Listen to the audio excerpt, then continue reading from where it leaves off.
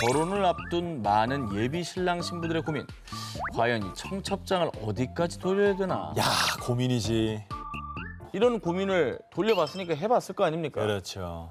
저는 그래도 최대한 좀 큰 곳에서 많은 분들 모시고 하는 어떤 결혼을 좀 추구해서 대부분 좀 드리긴 했어요. 근데 의사는 물어보고 항상. 근데 사실은 이젠 이것의 등장으로 고민이 하나 더 추가됐다고 합니다. 바로 모바일 청첩장. 이번에 모바일 청첩장과 관련된 고민 사연을 들어보겠습니다. 더 쉬워진 거 아닌가? 중학교 때부터 중마고였던 친구가 결혼합니다. 심지어 남편은 제가 소개해준 사람이에요. 그런데 친구가 다른 친구들에게는 집들이 겸 모여서 종이 청첩장을 주면서 저한테는 아무런 말이 없더라고요. 그래서 기다리다 못해 제가 먼저 얘기를 꺼냈죠. 석순아, 이제 결혼식 얼마 안 남았네. 완전 축하. 청첩장은 언제 줄 거야? 아, 이따 보낼게. 모바일로 보내면 되지? 아, 모바일 청첩장? 만나서 안 주고? 내가 너한테 그 정도밖에 안 되는 친구였어? 제가 물어보니까 그제야 모바일로 보내겠다는 거예요. 축의금도 100만 원 하려고 했는데 청첩장 하나에 기분 상한 제가 속이 좁은 건가요? 개인적으로는 이제 모바일 청첩장 간편해서 선호하는 편이긴 합니다만 이 사연의 경우에는 이제 중마고였던 절친이 심지어 신랑 신부를 연결해준 주선자인데 식사 대접은커녕 문자로 딸랑 모바일 청첩장만 보낸다. 이건 좀 서운해할 만하지 않습니까? 어떻게 생각하십니까?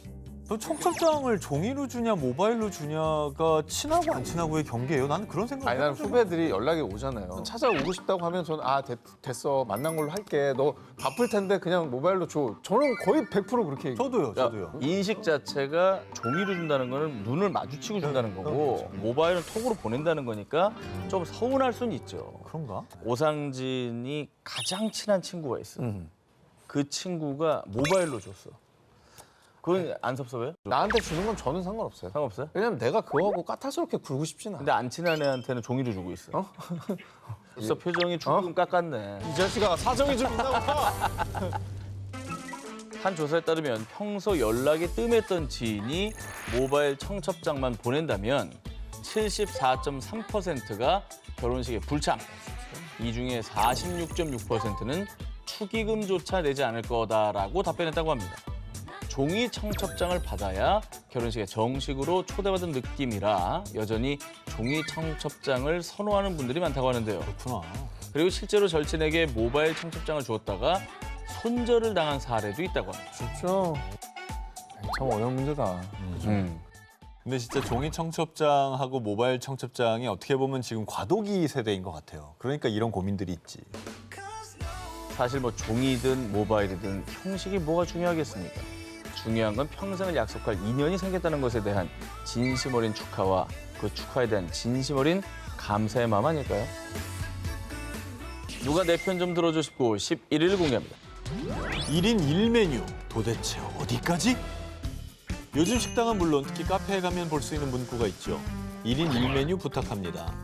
그런데 누리꾼들을 편가르게 한 1인 1메뉴와 관련된 사연이 있습니다. 오랜만에 친구들과 모이기로 한 날 한 친구가 늦는다는 연락이 와서요. 친구 3명과 먼저 SNS에서 유명한 카페에서 기다리기로 했죠. 우리 4명은 음료 4잔, 케이크 3조각을 시켜 나눠 먹었어요. 그런데 뒤늦게 친구가 도착하자 저희 매장은 1인 1음료 주문해 주셔야 된대요. 방금 커피 마시고 와서 그런데 디저트만 먹어도 될까요? 음료 주문은 안 하실 거면 테이크아웃으로 도와드릴게요. 자리에선 못 드십니다. 그렇게 저희는 카페에서 쫓겨났습니다. 5명이 1인 1메뉴 카페에 가서 음료 4잔과 음료보다 비싼 디저트 3개를 시킨 게 쫓겨날 만큼 잘못한 건가요? 자, 고구마로 끝난 이 사연, 여러분은 이게 말이나 된다고 생각하십니까?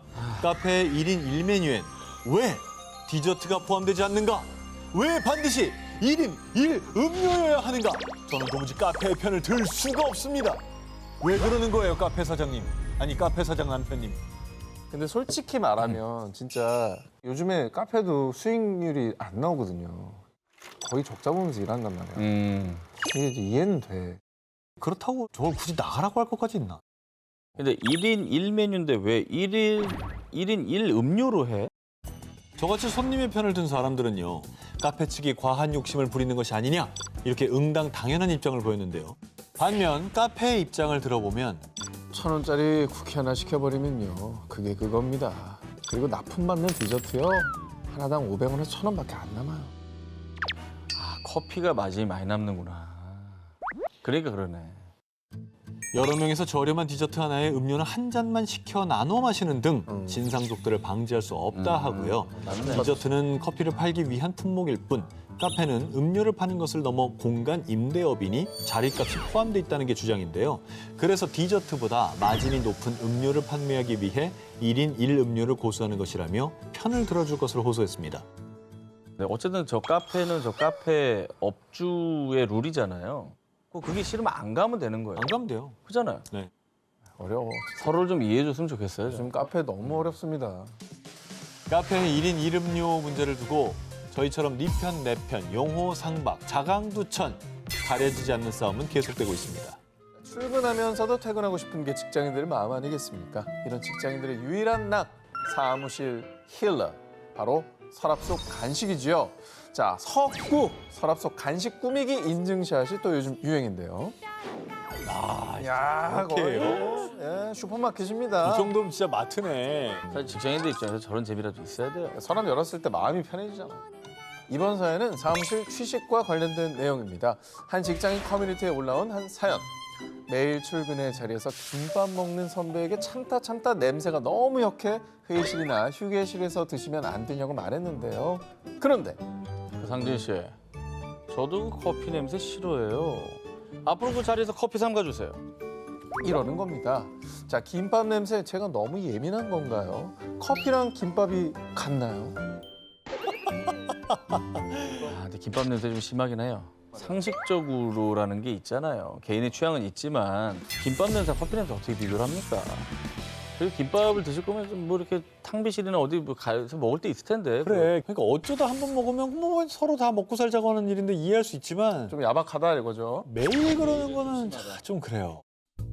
자, 휴게소나 회의실 같은 독립적인 공간이 있는 회사 아니겠습니까? 아무리 시간이 없다 해도 굳이 아침부터 사무실에 앉아 김밥 냄새를 풍겨야겠습니까? 냄새에 대한 기준이 애매하긴 해요, 솔직히. 맞습니다. 네. 개인적인 어떤 선호기 때문에. 그렇죠. 각자의 기준이 다르다 보니 실제로 직장인 커뮤니티에 회사에서 간식 냄새 허용 범위는 어디까지인가 이런 고민글이 올라오기도 하는데요. 두 기자님은 어디까지가 허용 가능하세요? 저는 개인적으로 허용 가능한 건 아까 그 사진에 나왔던 서랍에 있는 건 다 가능합니다.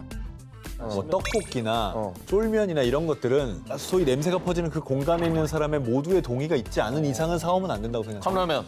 하면 안 되지. 자, 여기에 대해서 직장인들은 어떻게 생각하느냐? 사무실 책상에서 음료와 소리 안 나는 과자 정도만 가능. 또 환기만 잘 시키면 간단한 김밥 샌드위치 정도는 괜찮을 듯. 상식의 범위를 벗어나는 사람들 때문에 금지하는 게 나을 듯. 이렇게 저마다의 기준이 다 달라서 여전히 이 논란은 계속되고 있는 상황입니다. 사무실에서 어떤 음식까지 먹어도 되느냐? 과연 그 기준은 어떻게 되느냐? 사장님, 정답을 알려줘. 뭐야? 송민호의 노래였습니다. 홍민호 찾아오겠네. 누가 내 편 좀 들어줘 싶고 7위 공개합니다. 10년지기 절친의 썸.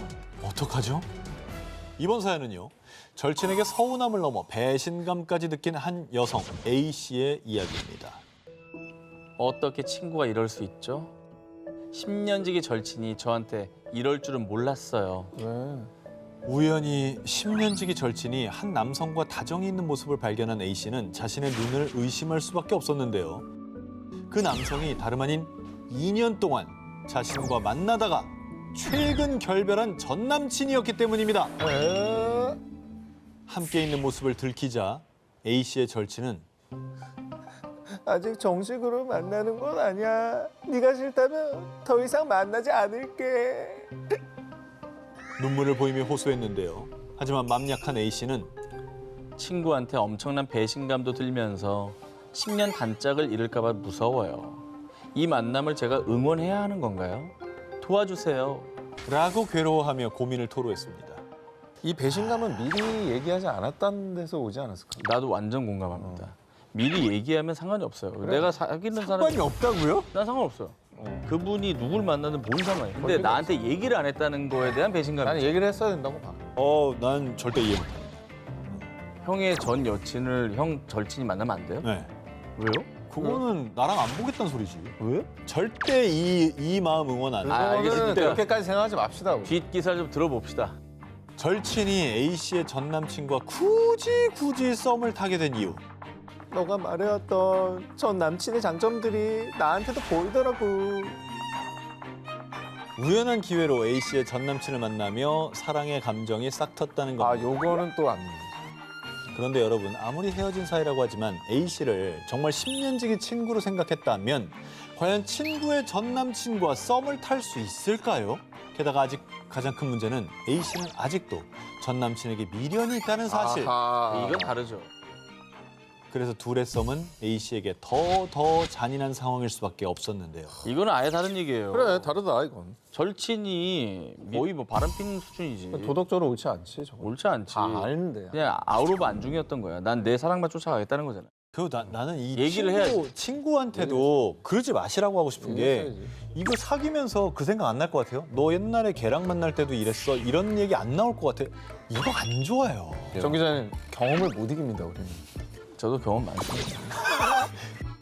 경험은 이분께서 경험은 제가 훨씬 아, 많습니다. 훨씬 많습니다.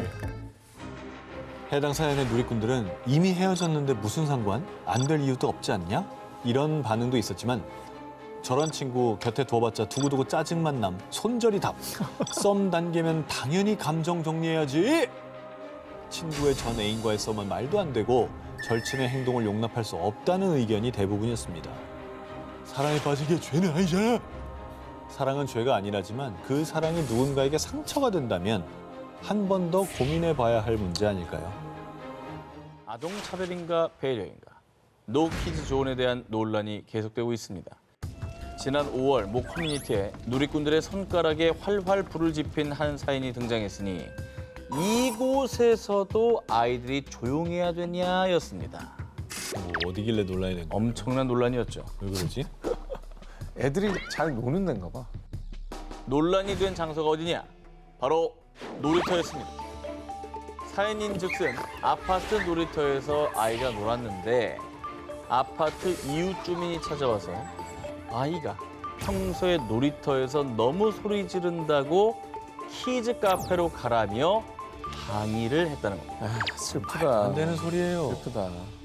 이 사연이 올라오자 아니 어렸을 때 소리 안 지르는 사람이 어딨어. 어른들이 이해해야지. 놀이터가 왜 놀이터인데? 조용해서 할 거면 산으로 가세요. 여름에 창문 열어놓으면 귀가 먹먹할 정도예요. 왜 어른만 배려해야 돼? 소리 지르는 건 민폐 맞아요. 100여 개의 댓글이 쏟아지며 누리꾼들 사이에서도 논란이 됐습니다. 이거는 지금 출산율 얘기하고 뭐 거기다 뭐 돈 100만 원 지원하는 이런 거 얘기하는 게 아니라 바로 이런 걸 도와줘야 돼요. 이런 걸. 화가 많이 나셨네. 오늘 뭐 화가 많이 난 분노 조절 장애 있나? 왜 이렇게 화가 난 거야? 이런 거 민폐 아닌가요? 시청자들이 지금 엄청난 위협을 느끼고 있습니다. 이런 거를 배려해야 됩니다. 이런 게 시청자들이 소음- 배려예요. 물론 지나치게 큰 소리를 지르는 건 어릴 때부터 잘못된 거라고 부모님이 주의를 줘야 하는 건 사실입니다. 하지만 우리 사빈이, 우리 수아도 놀다 보면 깔깔깔 웃을 수도 있고 또 소리도 좀 지를 수도 있는 거 아니겠어요? 근데 다른 것도 아닌 놀이터에서 조용히 하라니 놀이터가 도서관입니까? 아쉽다. 아이들 이제 갈 데도 없어요. 오죽하면 키즈 카페 가겠습니까? 이제 놀이터에 방음벽 세우게 키즈 생겼어요. 카페 가는 게 돈이 엄청나게 듭니다. 근데 놀 데가 없으니까 가는 거예요. 이런 아파트 내 놀이터 소음 문제가 계속되자 최근엔 소음 문제와 안전사고를 대비해 놀이터의 사용 시간을 제한하는 곳이 늘어나고 있는 추세입니다. 이러한 시간 제한에도 아이들이 시끄럽게 노는 건 부모가 주의를 시킬 일이지 이용 시간까지 제한하는 건 아닌 것 같다. 직장을 다니는 부모들도 고려해야 한다. 퇴근 후 잠깐 놀아주려고 하는데 갈 곳이 없다. 문 닫는 시간이 너무 이르다 등의 불만도 있다고 합니다. 이웃 간의 작은 배려가 우리 아이들의 웃음을 지켜주고 또 어른들의 휴식을 보장해 줄 수 있지 않을까요? 누가 내 편 좀 들어줘 싶고 4위 공개합니다. 그날 밤 열린 판도라의 상자. 지난 5월 필요한 물건을 찾고자 아내 B 씨가 쓰던 서재 책상 서랍을 뒤지던 남편 A 씨. 그런데 쉽게 뜯지 못하게 꼭꼭 감추어져 있던 상자 한 개를 발견했습니다. 아내가 보관하고 있던 건 다름 아닌 전 남자친구와의 연애 시절 사진들. 아이고. 그 속에는 군대에서 주고받은 편지들을 포함해 아내의 어린 시절 뜨거운 사랑의 추억들이 가득했어요. 아이고. 아, 막장 드라마다 이거. 상상을 해봐요. 근데 그걸 왜 보관했어? 아이고. 이거 왜 보관하지 진짜? 무슨 심리야? 왜 보관해서 나왔죠? 책을 봐. 응? 툭. 이거는 이해해줄 수 있어. 한 장이니까. 그렇지. 이거를 왜 신두단지처럼 상자 안에서 보관해놨냐고. 분노 조절 장애 이쪽으로 가요. 아니 나는 허허. 아내가 간직했던 판도라의 상자를 열어버리고야만 남편. 하지만 아내는 그 사진들의 존재를 몰랐다며 시치미. 아, 너 필요한 서류들 다 그 책상에 있잖아. 서랍도 자주 열어본 거 알고 있는데 어떻게 모를 수가 있어? 아니 진짜요. 나 진짜 몰랐다니까.